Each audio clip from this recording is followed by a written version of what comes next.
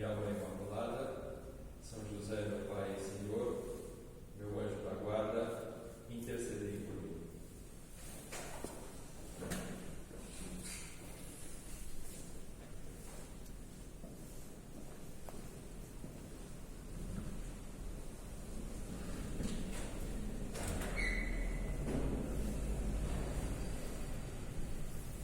Então, esse recolhimento tem como tema a amizade com Cristo. Infelizmente, ontem não foi possível fazer as duas meditações. Fizemos só a primeira, que o tema era Cristo vive, Cristo continua vivo. E agora fazemos a segunda meditação, que tem como tema a Eucaristia. Quando pensamos na Eucaristia, ajuda sempre a fazer a nossa oração, recordar-se daquelas palavras que Jesus disse antes da última ceia: desejei ardentemente comer convosco esta Páscoa. Essas palavras tão conhecidas, elas nos convidam a estar mais perto de Jesus na Eucaristia, porque assim como ele na última ceia queria comer a Páscoa com seus apóstolos, ele queria estar perto daqueles homens. Ele sabia que tinham defeitos, sabia que dali a pouco eles iam traí-lo, mas mesmo assim Jesus estava contente, feliz de estar ali com os apóstolos comendo aquela Páscoa. E essas palavras nós podemos também ver como dirigidas a nós mesmos.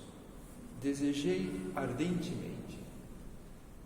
Essa maneira de traduzir, porque o Senhor, ele usou uma expressão da língua dele, o aramaico, que os evangelhos em grego, ou mesmo a tradução em latim, tentam ser mais fiéis. Se fosse para traduzir ao pé da letra, seria com desejo, desejei, que para nós vai ficar uma coisa estranha, mas nas línguas semíticas era uma forma de expressar isso. Quando você queria fazer alguma coisa intensamente, poderia se dizer dessa forma. E Jesus fala assim: queria realmente estar com seus apóstolos. E esse convite para nós também nos encoraja a querer aproximar-se de Jesus. A Eucaristia, esse grande milagre que nós temos sobre a terra. Todos os dias no mundo, os sacerdotes realizam esse milagre. Eles trazem Cristo à terra. Se nós víssemos algum milagre grande, uma cura de um doente, um milagre como o milagre de Calandra, por exemplo, esse milagre famoso que aconteceu na Espanha, de um homem que não tinha uma perna e ele acordou e a perna estava reconstituída. Se víssemos uma coisa desse tipo, acho que não vai ser muito provável no nosso caso, na nossa vida, mas suponhamos que pudéssemos ver um milagre desse tipo, isso seria inferior ao que nós vemos na Eucaristia. Na Eucaristia não é um simples milagre físico, é o próprio Deus que desce à terra e fica numa forma de pão.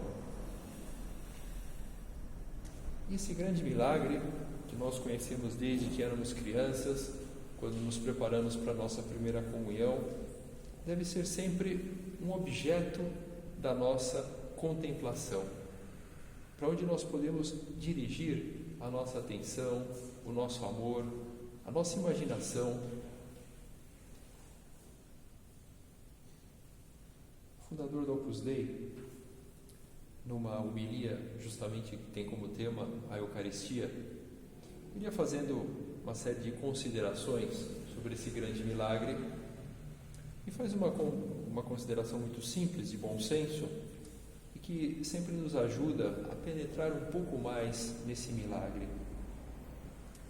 Ele fazia aquela comparação da fotografia, que duas pessoas, quando se amam muito, trocam fotografias. Na época que ele pregou essa homilia, ainda eram fotografias de papel. Agora as fotografias são digitais, mas dá na mesma. As pessoas trocam fotografias. os namorados, as pessoas que se querem, as famílias, têm fotografias. E a comparação que ele faz é essa aqui. Essa expressão de amor deixa, na verdade, só um símbolo. Você não fica realmente com a pessoa, né? Se sua avó dá uma fotografia dela para você não tem a sua avó ali, você só tem uma fotografia dela. Agora, no caso da Eucaristia é diferente. Deus pode tudo, e em vez de deixar só um símbolo dele, dizendo, olha, estou indo embora, vocês fiquem com isso para lembrar de mim, ele deixou a si mesmo. O Senhor pode o que nós não podemos. Jesus Cristo, perfeito Deus e perfeito homem, não nos deixa um símbolo, mas a própria realidade. Fica Ele mesmo. Temos o próprio Deus escondido num pedaço de pão. É uma grande loucura. É uma dessas coisas assim chocantes e que nós não podemos nos acostumar. O grande perigo para um cristão é acostumar-se com as grandes verdades da fé, em particular a Eucaristia. Quer dizer, aqui podemos recordar uma história muito simples que eu conto várias vezes. Que uma vez eu vi uma entrevista, era com um piloto de caças brasileiro, e nessa entrevista perguntaram para ele do que ele tinha mais medo. Quer dizer, para ser um piloto de caça, uma pessoa tem que ter coragem, né? Não pode ser uma pessoa medrosa. E a resposta dele foi bastante interessante. Ele dizia, olha, a coisa que eu mais tenho medo é de perder o medo de voar. Porque o dia que eu me acostumar a voar e já começar a voar sem nenhum medo, então eu vou fazer uma bobagem e vou morrer. Mutatis mutandis, podemos aplicar isso para a nossa vida cristã. Quer dizer, nós também corremos esse perigo de acostumar-se com essas grandes verdades. E o dia que nós acostumamos é a morte da vida espiritual. Por isso, nós pedimos a Cristo, pedimos agora na nossa oração, falando com Ele, Jesus, me ajude a não me acostumar com esse grande milagre da Sua presença na Eucaristia. Eu creio que o Senhor está aqui, a poucos metros de mim. Se eu não estou diante do Senhor agora, aqui no sacrário, eu creio que o Senhor está distribuído por todo o mundo, nos vários sacrários, e está ao meu alcance. Eu posso ir a uma igreja que, graças a Deus, elas continuam abertas, embora não haja missa, mas pelo menos podemos entrar nas igrejas, e posso me colocar diante de Deus, fisicamente diante de Deus, e pedimos que eu não me acostume a esse grande milagre, que eu saiba contemplar você na Eucaristia. Essa história tão conhecida que aconteceu na vida do Curadars, e a vida do Curadars, muitas vezes, quando a gente começa a contar uma história, dizendo, então, uma vez na vida do Curadars, todo mundo já espera um milagre, porque aconteceram muitos milagres, né? É gente que morria e não se sabia se tinha se salvado ou não, e de repente via uma mensagem, o Curadars confirmava, não, esse foi para o céu. Era alguém que se aproximava para se confessar dele e não queria contar todos os pecados, e ele mesmo já lembrava, olha, tem aquilo outro. São várias coisas espetaculares. E o demônio que aparecia no quarto dele e chacoalhava a cama. Mas aqui tem uma história muito famosa do Curadars que não tem nada de extraordinário. Então, é muito interessante porque também está ao alcance da nossa mão. É aquela história tão conhecida de um camponês que se sentava na igreja ali de Ars e ficava olhando para o sacrário. E um dia, esse padre, São João Maria Vianney, o Curadars, pergunta, mas o que você está fazendo durante tanto tempo? Ele ficou um pouco intrigado, né? E aquele homem, com muita simplicidade, respondeu, eu olho para ele e ele olha para mim. Uma profunda oração de olhar, mesmo sem trocar palavras.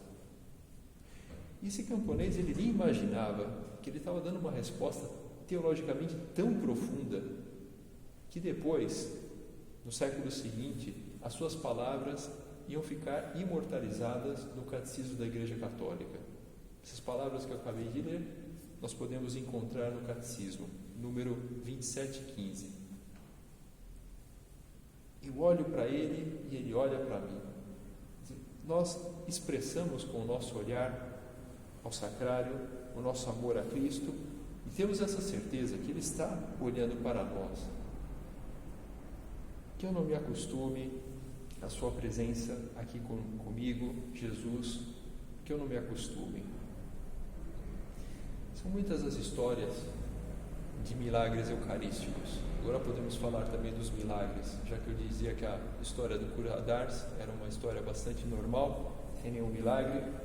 Mas a verdade é que também, nesses 20 séculos de cristianismo, houve muitos milagres eucarísticos. Existe um que é dos mais famosos, porque dele se fez com que a festa do Corpus Christi fosse vivida em toda a cristandade, porque naquele momento ainda era uma festa particular de algumas regiões. Esse milagre aconteceu no ano de 1263. Aconteceu com um sacerdote, tudo que nós sabemos é que ele se chamava Pedro e morava na cidade de Praga, na República, hoje a gente chama de República Tcheca, na Tchequia. E esse homem tinha grandes dúvidas de fé, ele começou a balançar na fé e começou a ter dúvidas sobre a real presença de Cristo na Eucaristia. Mas era um homem bom, de qualquer maneira, bem intencionado, e o que ele fez foi uma peregrinação a Roma. Então caminhou desde Praga até Roma, coisa que não era simples na época, não era pegar um voo direto como agora, e foi a Roma, rezou ali na Basílica de São Pedro e começou a voltar para Praga. Mas as dúvidas não tinham cessado, mesmo rezando ali na tumba de São Pedro, ou sobre a tumba, as dúvidas continuavam. Então, quando ele estava se aproximando da cidadezinha de Bolsena, ou já estava, melhor dizendo, na cidadezinha de Bolsena, que é uma cidade que está a poucos quilômetros de Roma, ele ficou hospedado, passou uma noite nessa cidade, celebrou a missa ali, e celebrando a missa com sérias dúvidas sobre a presença real de Cristo. E o que aconteceu foi que a hóstia se transformou em carne e começou a jorrar sangue e manchou o corporal sobre o qual ele celebrava a missa, e ele ficou assustado e foi chamar alguém para ajudá-lo, e no caminho ele resolveu levar a hóstia e pingou sangue, caiu no chão. Até hoje se pode ver essas manchas nessa igreja, também se pode ver o corporal. E o que aconteceu foi que, muito perto dessa cidade, ali na cidadezinha de agora eu já me confundo, na cidadezinha de Orvieto, o Papa estava ali naquela época. Eles não estavam morando em Roma, estavam morando nessa cidade, e rapidamente chegou a notícia até o Papa, que pediu então que queria falar com esse sacerdote e queria ver o corporal, queria ver tudo o que havia acontecido. E esse homem, esse Padre Pedro, falou com o Papa, explicou o que havia acontecido, e o Papa ficou tão surpreso, tão tocado com esse milagre, que naquele momento ele decidiu então decretar como festa universal para toda a igreja a festa do Corpus Christi. E ali em Orvieto, felizmente naquele momento morava São Tomás de Aquino, e o Papa pediu a ele que redigisse toda a missa do Corpus Christi. A missa do Corpus Christi, que é uma verdadeira obra-prima, ela tem a mão de São Tomás de Aquino. Milagres como esse existem outros. Aqui, se ficássemos contando na meditação, iria todo o tempo falando desses milagres eucarísticos. Mas o que devemos pensar é isso. Como que é essa presença real de Cristo na Eucaristia para mim? Quer dizer, isso é vida da minha vida, eu posso dizer assim. É o meu motivo de viver. Quer dizer, cada um de nós tem aquelas coisas que animam a existência. Cada um tem os seus hobbies, as coisas que gosta de fazer, talvez um esporte que gosta de praticar. São coisas que às vezes nós pensamos, eu preciso fazer isso para dar uma animada, eu estou muito cansado, estou aí já dentro de casa faz muito tempo, essas notícias pessimistas sobre o coronavírus, e não só sobre o coronavírus, mas a crise econômica que vem depois do coronavírus. Então todos nós pensamos, eu preciso fazer aquilo que eu gosto para descansar um pouco. E cada um vai fazendo as suas coisas, lê um livro, assiste um determinado filme que gosta, ou dá uma volta. Infelizmente aqui em São Paulo a gente não pode nem entrar num parque, os parques estão fechados, mas enfim, cada um vai descobrindo alguma coisa que pode fazer. E a pergunta que fazemos é essa, mas e a Eucaristia? A Eucaristia para mim é essa válvula de escape boa, sadia? Quer dizer, podemos fazer todas as outras coisas, é bom e devemos fazer, mas a Eucaristia é isso para mim? É esse descanso, é essa alegria, é esse motivo da minha vida? Eu, quando estou diante de Jesus no sacrário, eu passo bem? Eu daria a minha vida por Cristo na Eucaristia? Aqui podemos lembrar também a história de muitos mártires que morreram pela Eucaristia. Em particular, podemos lembrar desses 30 mártires do Rio Grande do Norte, que foram canonizados faz 3 anos pelo Papa Francisco. 30 porque é o número que foi identificado, mas na verdade o número aproximado são 150 pessoas que sofreram martírio em 2 ocasiões diferentes, porque foram atacados quando estavam dentro da igreja e foram mortos justamente porque eram católicos, foram mortos por protestantes. E um deles, que depois se identificou inclusive o nome, se chamava Mateus Moreira, ele teve, como vários outros, essa oferta. Se ele negasse Cristo na Eucaristia, ele teria sua vida poupada. Mas disse que não, se negava. Ele nunca abjuraria a sua fé. E morreu dizendo: louvado seja o Santíssimo Sacramento. Essas histórias de mártires nos inspiram. Mártir, como sabemos, quer dizer testemunha.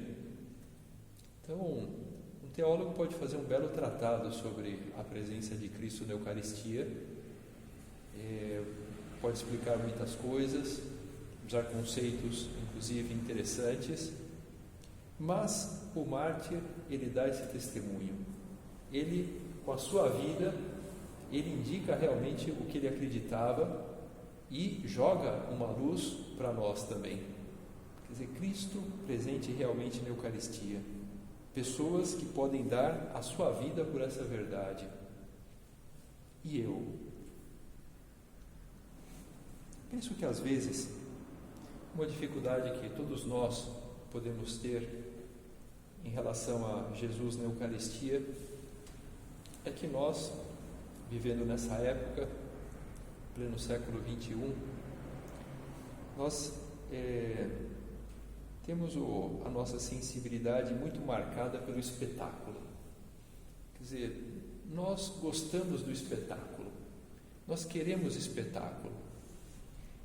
Basta ver que algumas coisas que as pessoas faziam no passado, que uma pessoa podia fazer aquilo com tranquilidade, hoje, para muita gente, inclusive para as pessoas mais jovens, pode parecer um pouco monótono. Quer dizer, quantas pessoas que você conhece que tem paciência, às vezes, para sentar e fazer uma coisa com calma, ler um livro durante 1 hora. Tem pessoas que às vezes por trabalho têm que fazer isso, mas que façam por hobby. Às vezes a tendência é, não, um livro não. Eu até entendo que é importante ler, mas prefiro ver aqui um espetáculo, um filme. Quantas pessoas você conhece que às vezes tem paciência para sentar e escutar toda a 9ª Sinfonia de Beethoven? Vai levar mais ou menos 1 hora. A pessoa pensa, não, mas eu não tenho tempo. Depois ela pode gastar 1 hora em alguma outra coisa, mas é um pouco a nossa situação. Nós somos um pouco dessa geração do espetáculo. E quando olhamos para a Eucaristia, Cristo dentro do sacrário, como estamos vendo aqui, o sacrário fechado, ou se a hóstia está exposta num ostensório. Podemos olhar por alguns momentos, depois pensamos, mas não acontece nada? Não acontece nada. Quer dizer, Cristo está escondido, como sabemos pela doutrina, sob as aparências do pão. Quer dizer, você vai ver pão. Não, mas eu tento olhar intensamente para ver se vai aparecer alguma coisa, algum sinal, se eu consigo ver um vulto, um rosto ali, uma espécie de descrição como essa que Dante faz quando chega no céu e começa a ver a Santíssima Trindade. Então olho profundamente para a hóstia e até peço, que me dê um sinal. Não vai ter sinal. Não vai ter sinal. Desiste. Isso não vai acontecer. O mais importante é saber que Cristo está ali. Como Cristo, por exemplo, dormiu na barca, os apóstolos estavam com medo, atravessando um lago e começa a chover e começa uma tempestade e Cristo está dormindo. E naquele momento, Cristo dormia como qualquer homem. Quer dizer, e eles acordam Cristo, chamam. Eles tinham muito medo, mas eles tinham uma segurança, que Cristo estava na barca. Nós, de certa maneira, temos essa segurança. Com tudo que acontece na nossa vida, ao nosso redor, as nossas preocupações, os nossos medos, mas Cristo está na hóstia. Cristo está naquele pedaço de pão. Essa grande verdade do hino Adoro-te Devote, também composto por São Tomás de Aquino, e provavelmente na mesma ocasião que eu dizia antes desse milagre de Bolsena, esse hino que diz: a vista, o tato, o gosto, sobre vós se enganam, mas basta o ouvido para crer com firmeza. Quer dizer, cremos, sabemos pela fé que Cristo está na hóstia. Isso é suficiente, basta isso.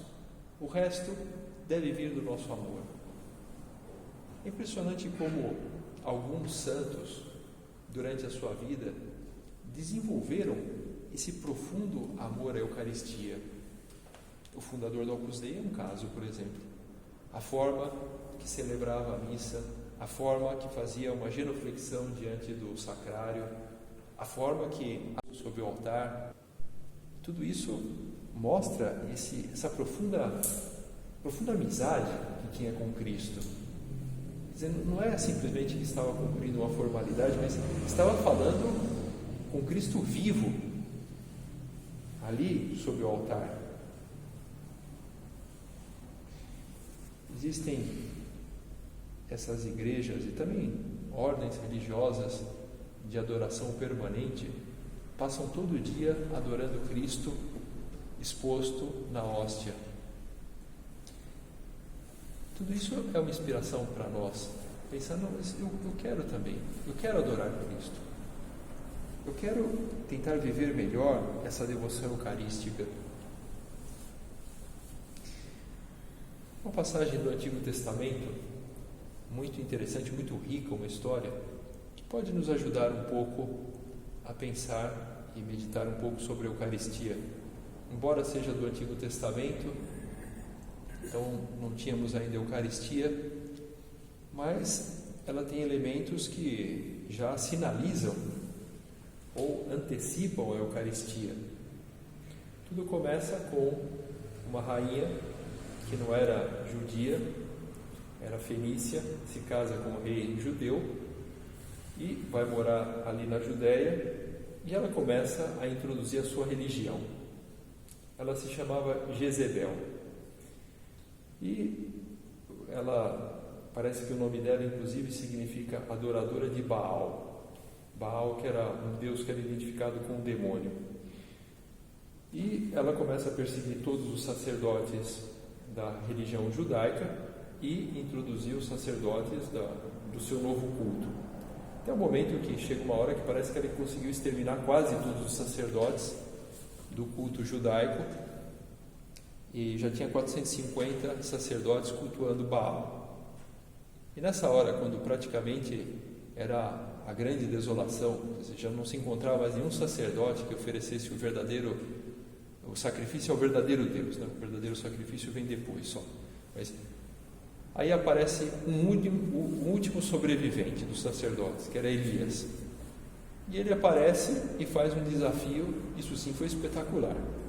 Que ele diz, então vamos fazer o seguinte, para conseguir separar aqui qual é o verdadeiro Deus e qual é o verdadeiro sacrifício, vamos fazer assim, 2 altares, e um vai ser oferecido a Baal e o outro ao Deus Javé. E fazemos da seguinte maneira, não vale acender o fogo, quer dizer, a gente prepara tudo, mata a vítima, põe sobre o altar, só que quem vai acender o fogo é o próprio Deus. Baal que acende o seu fogo e Javé vai acender o seu fogo. Bom, então o que acontece é que primeiro começam os 450 sacerdotes lá da Jezebel e passam lá o dia inteiro gritando e não acontece nada. E o Elias até tira um pouco de sarro, dizendo, olha, grita mais alto, talvez ele está muito ocupado e não percebeu que vocês estão ali, né? Aí passa muito tempo e não se acende o fogo.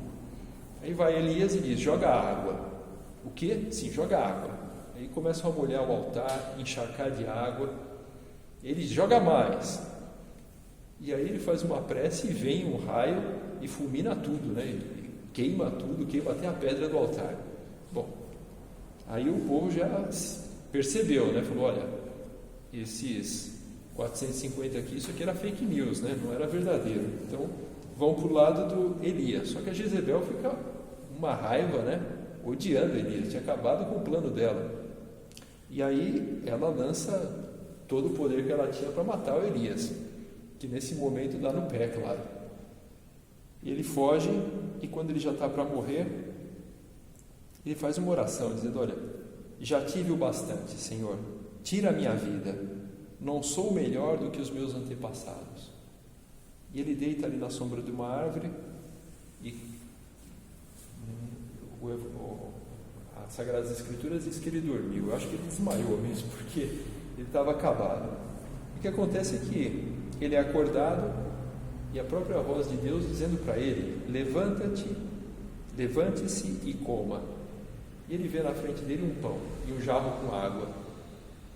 Então ele vai comer um pouco e depois de novo, levante-se e coma, pois a sua viagem será muito longa. Então, aquele pão que milagrosamente apareceu diante dele, ele come e começa uma viagem de 40 dias e 40 noites sem parar e não se cansa. Esse pão é uma figura da Eucaristia, prefigura a Eucaristia. Esse pão que Elias comeu e deu força para ele para caminhar por 40 dias e 40 noites sem se cansar, se Deus podia fazer um pão assim, quanto mais a Eucaristia, porque esse pão que Elias comeu era puro, até onde a gente sabe era pão, não era o corpo de Cristo, não era Deus, não era um pão transubstanciado em Deus como o que nós temos na Eucaristia. Mas se deu tanta força a Elias, quanta força que nos dará a Eucaristia. A história de Elias é muito bonita, ajuda a refletir nesse poder de Deus e o poder que Deus tem para cuidar de nós, para nos dar o verdadeiro alimento.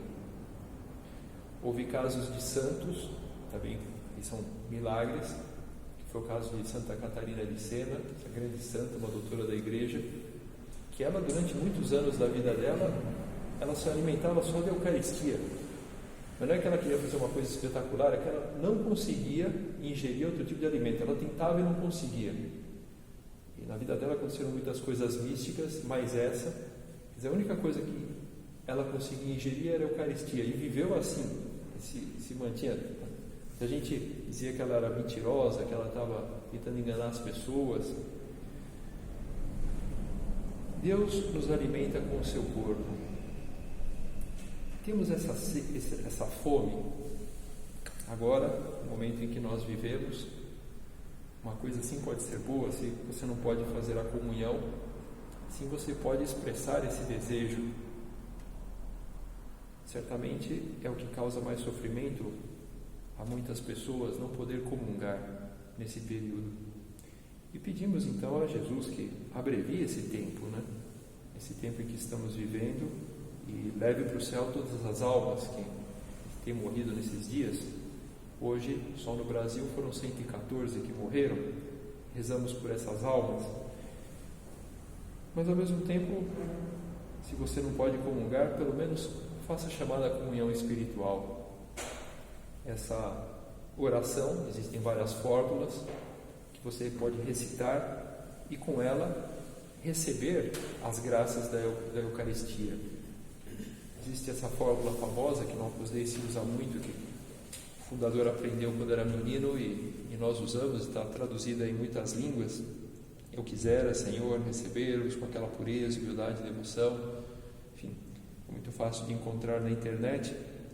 É recomendável usar muito nessa temporada essa fórmula, muitas vezes ao dia, especialmente se você tem assistido a missa pela televisão. No momento da comunhão é um bom momento para recitar essa fórmula. Peçamos a Jesus que nos ajude sempre a estar muito próximos dele no sacrário, a ter esse grande amor, essa grande devoção por ele na Eucaristia.